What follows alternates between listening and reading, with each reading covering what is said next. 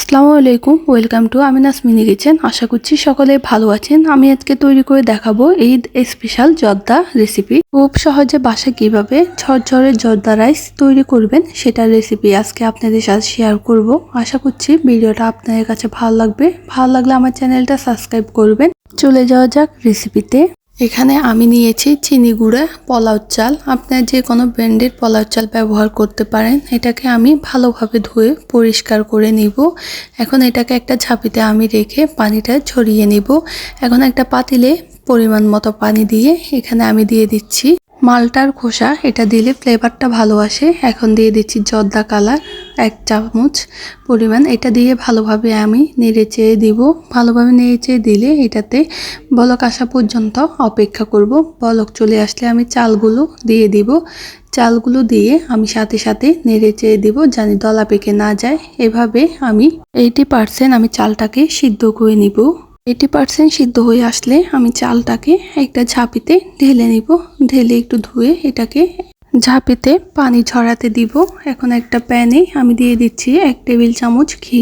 ঘিটা একটু গলে আসলে এখানে আমি দিয়ে দিব 4টা এলাচ, 2 টুকরো দারচিনি, 2টা তেজপাতা দিয়ে দিব। এখানে কিশমিশ, কাজু বাদাম। এটাকে আমি এখন ভালোভাবে ঘিয়ের সাথে ভালোভাবে ভেজে নিব।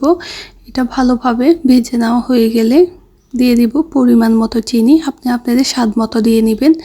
জর্দা রাইসে মিষ্টিটা সকলে পছন্দ করে থাকে। দিয়ে দিব এখানে আমি যে মালটার খোসা দিয়েছি ওই মালটাটা দিয়ে দিব পরিমাণ মতো একটু পানি। এটাকে এখন আমি ভালোভাবে নেড়েচেড়ে দিব।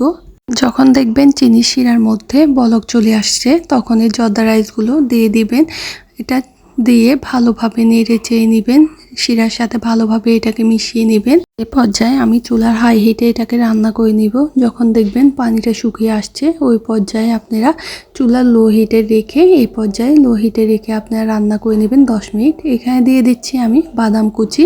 এখানে আমি কাঠবাদাম দিয়েছি। দিয়ে ভালোভাবে এটাকে নেড়েচেড়ে চুলার লোতে আমি এখানে 10 মিনিট রান্না করে নিব। ঢাকনাটা তুলে এখন আমি এটাকে নেড়েচেড়ে দিব। এভাবে রান্না করে নিব আরো 10 মিনিট।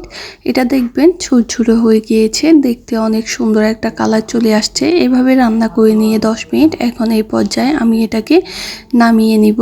ঠান্ডা হয়ে আসলে দেখবেন এটা ঝরঝরে হয়ে গিয়েছে। এখন আপনাদের আমি সার্ভ করে দেখিয়ে দিতেছি একটা প্লেটের মধ্যে। দেখেন এটা কালারটা কতটা সুন্দর হয়েছে। এটা দেখতে যেমন সুন্দর হয়েছে খেতে অনেক মজার হয়েছে।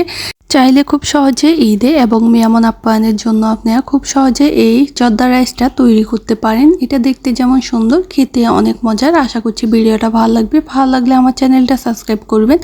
সকলে ভালো থাকবেন, সুস্থ থাকবেন। দেখা হচ্ছে পরে কোনো ভিডিওতে। আল্লাহ হাফেজ।